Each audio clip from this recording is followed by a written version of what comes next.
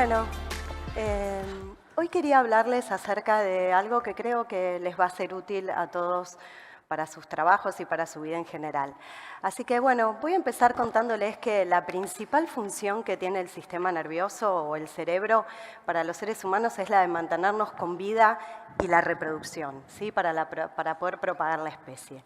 Así que si vemos, para esto, nuestro cerebro y nuestro sistema nervioso fue desarrollando algunos sistemas que nosotros llamamos los sistemas motivacionales o las motivaciones. Y estas motivaciones son varias, las que tenemos en pos de la supervivencia, pero hoy vamos a hablar específicamente de tres, ¿sí? Que son las que más en este momento nos van a interesar. Entiendan que hay un montón, pero nos vamos a centrar en estas tres.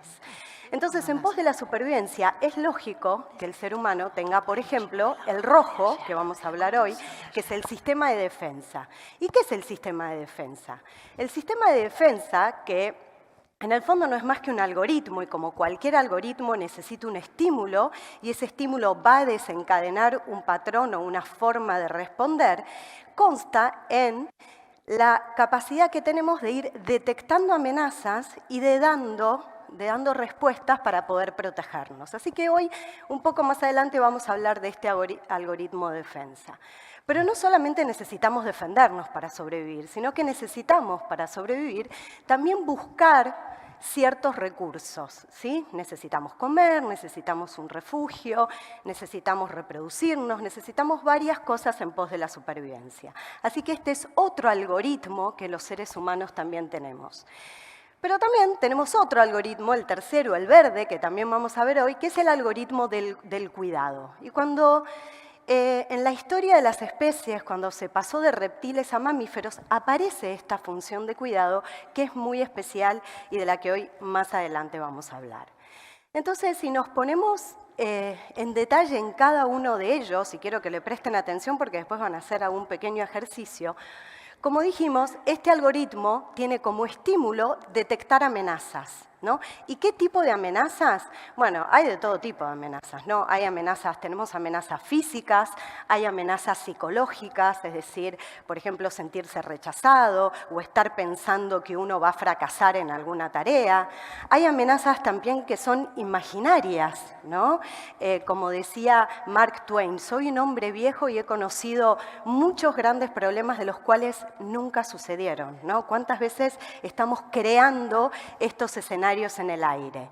Entonces, ¿qué pasa? Estas amenazas que están ahí afuera generan en nosotros una forma de interpretar el mundo y como consecuencia aparecen emociones. Es decir, este circuito motivacional lo que va a hacer es agrupar un grupo de emociones. ¿Y qué emociones? Bueno, por ejemplo, el miedo, el enojo, la vergüenza, el asco, ¿no? Son todos un grupo de emociones que son inteligencias que tenemos en el cuerpo que nos avisan, ¿sí? Que nos avisan que hay una amenaza. ¿Sí? Entonces, hay una amenaza, entonces aparecen estas emociones que no son más que inteligencias, ¿sí? No están ni bien ni mal, son simplemente avisos. Y en función de esto también generamos comportamientos, es decir, ciertas tendencias a actuar, porque acuérdense que son como algoritmos, ¿no? Se presenta un estímulo y esto se genera todo como en forma inconsciente. Vamos a empezar a tender a tener ciertas conductas. ¿Y cuáles son esas conductas? Bueno, todos los seres humanos tendemos a luchar, a huir o a paralizarnos, ¿sí? Y cuando digo luchar, por ejemplo, hay personas que cuando se sienten amenazados se ponen muy agresivos, ¿no? Y cada uno empieza a pensar cuál es su tendencia en particular. Si bien todos tendemos a usar todo, siempre hay una, ¿no? que usamos mucho más por default. Después está la otra, que es la huida, ¿no? Muchas personas son evitativos de los conflictos, ¿no? Enseguida que se arma algo en una reunión dicen, uy, me tengo que ir, tengo otra reunión, tengo otra cosa, ¿no? Como que tienden a huir. Y otras personas tienden a paralizarse, ¿no? Como hay mucha sumisión y no saben para dónde correr. Bueno, esas son nuestras tendencias a actuar. Y para poner todo este sistema en marcha, por supuesto que el cuerpo necesita liberar ciertas neurotransmisores o hormonas. En este caso, en este sistema usamos la adrenalina y el cortisol. ¿Sí?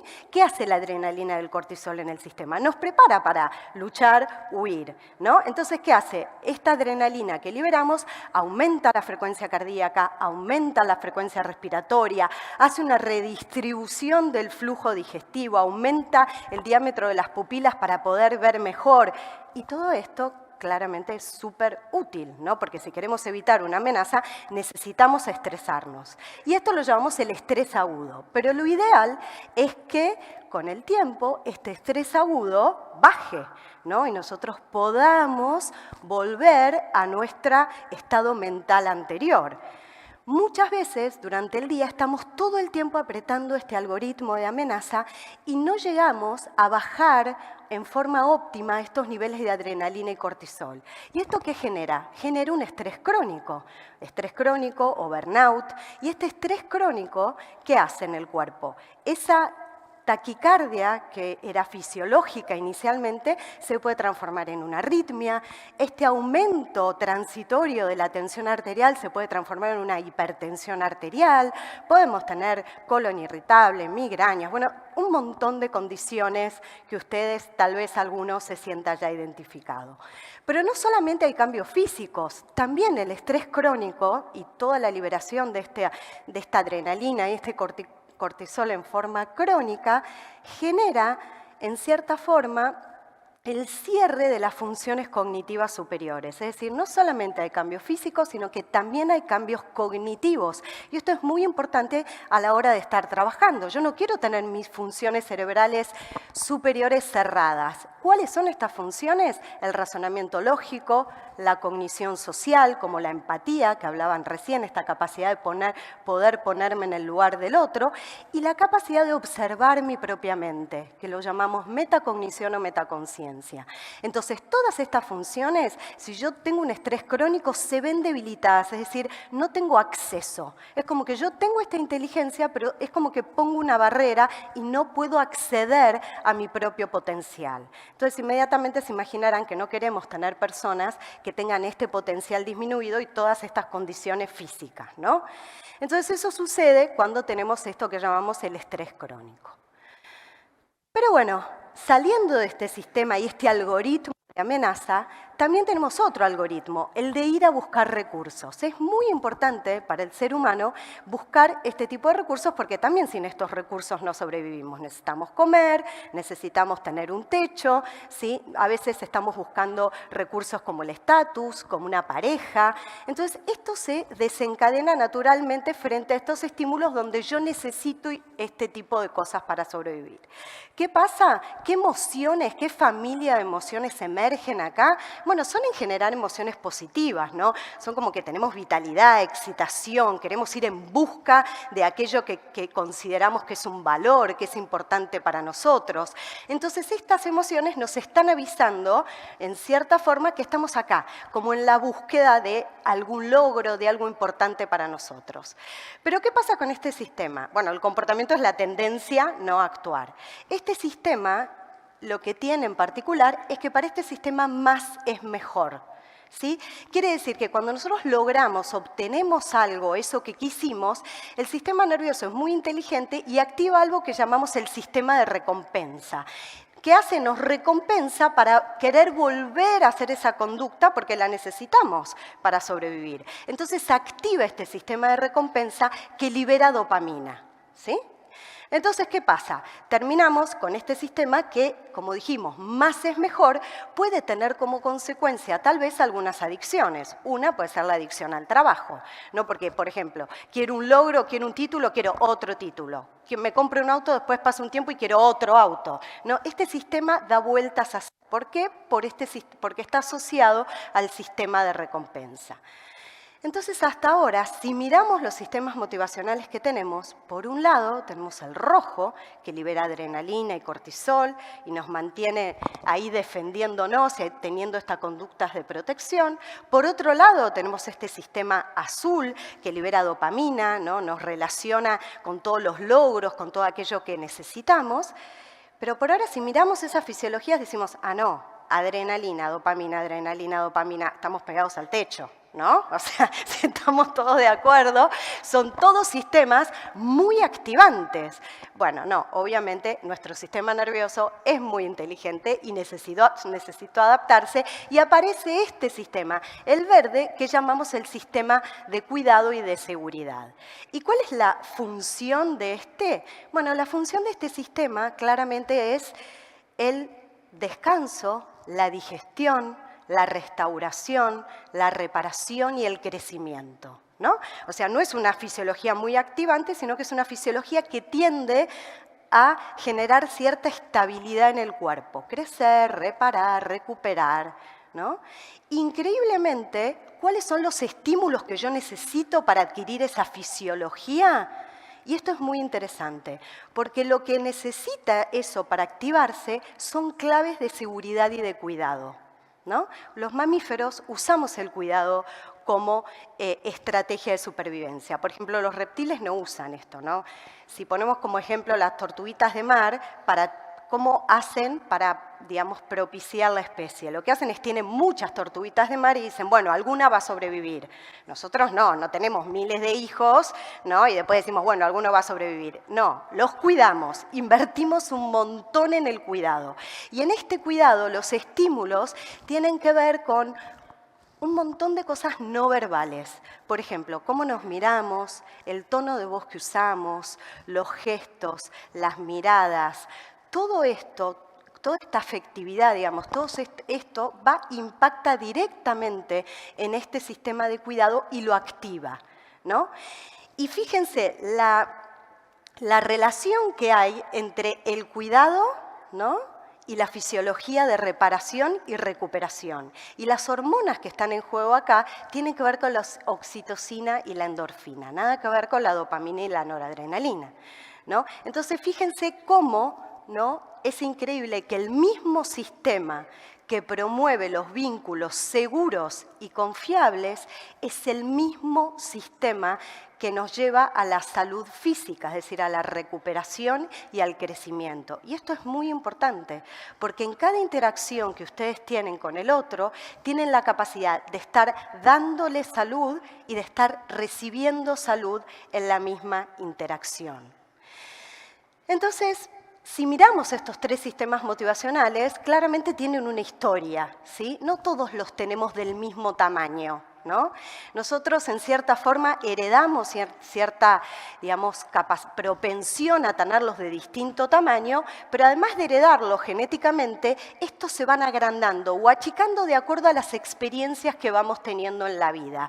Entonces, por ejemplo, si yo de chica tuve muchas experiencias de amenaza, probablemente tengo un sistema rojo grande, es decir, tienda a enojarme, tienda a luchar, a huir o a paralizarme. Si en mi infancia o a lo largo de mi vida tuve el sistema azul, por ejemplo, para mi familia era muy importante, es decir, los logros eran muy importantes y probablemente hoy tengo un azul muy grande.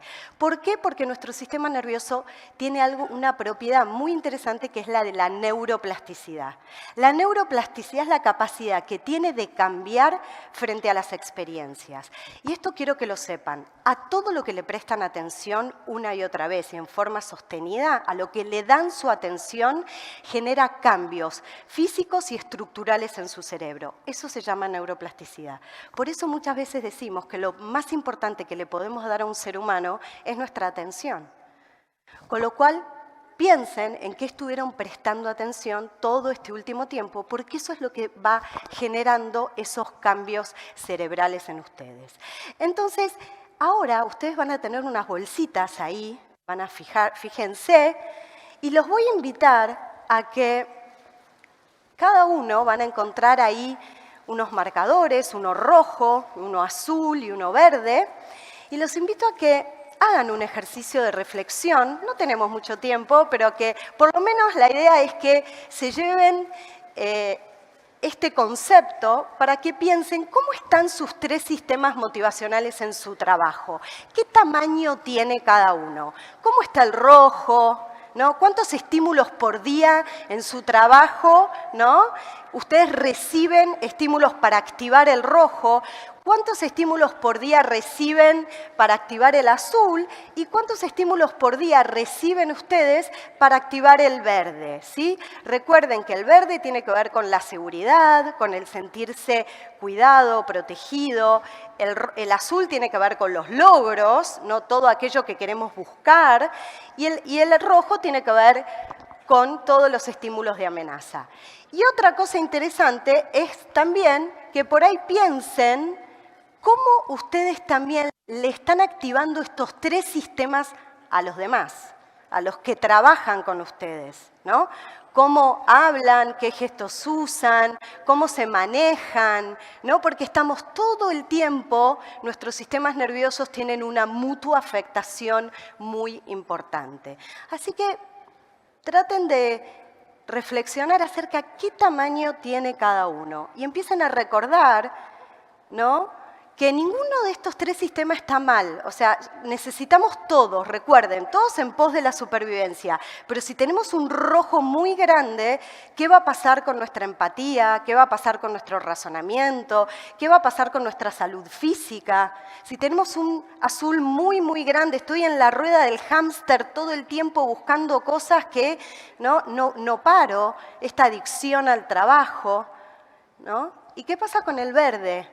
¿Cuánto tiempo por día ustedes le pasan al verde? Pero no es solamente ustedes, también pensemos en la cultura, ¿no? ¿Qué recibimos todo el tiempo? Cuando prendemos la tele, cuando miramos las redes sociales, ¿qué estamos alimentando, ¿no?, en esos tres sistemas motivacionales nuestros y de todos los chicos, sobre todo, ¿no?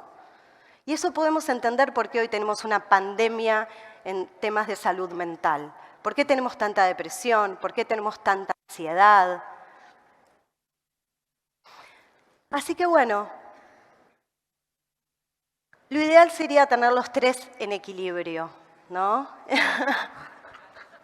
Hay risas acá. Bueno, créanme que la mente se puede entrenar igual que el cuerpo. Estamos todos acostumbrados a saber que el cuerpo se entrena, la mente también se entrena. Hoy sabemos que hay distintos ejercicios y tenemos muy en claro con una disciplina que se llama las neurociencias contemplativas, que nos ayudan a ver cómo cada ejercicio estimula y genera neuroplasticidad en distintas áreas cerebrales, con lo cual podemos entrenar esta capacidad. ¿Y el equilibrio qué sería entonces? Cultivar un verde grande, ¿no?, generar el autocuidado y la seguridad psicológica en mis ambientes de trabajo, para que este verde es el que regula los otros dos, ¿sí? Un verde grande me va a permitir manejarme con el estrés agudo, que claramente necesito un estrés, ¿no? Necesito estresarme. Yo, por ejemplo, para estar parada acá delante de ustedes, necesito estresarme, pero ojalá sea agudo y no esté durante todo el día apretando el algoritmo, ¿no?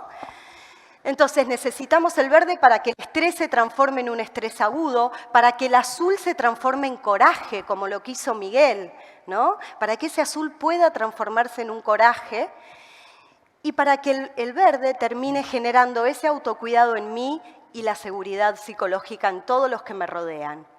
Y en realidad el desafío para mí que se viene, sobre todo en liderazgo, tiene que ver con un liderazgo compasivo. Y el liderazgo compasivo es esta capacidad de usar esta sabiduría de las funciones cerebrales superiores, el razonamiento, la empatía y la metaconciencia o la metacognición, para poder activar ese algoritmo de cuidado en todas las dimensiones de nuestra vida.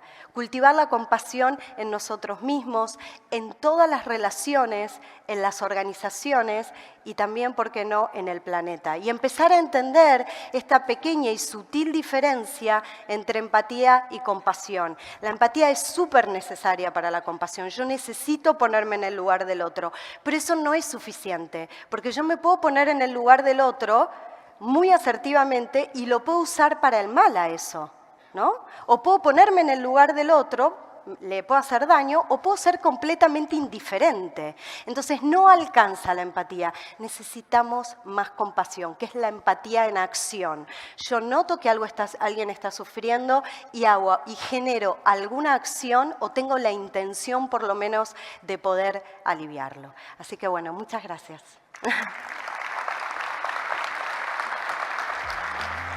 acá.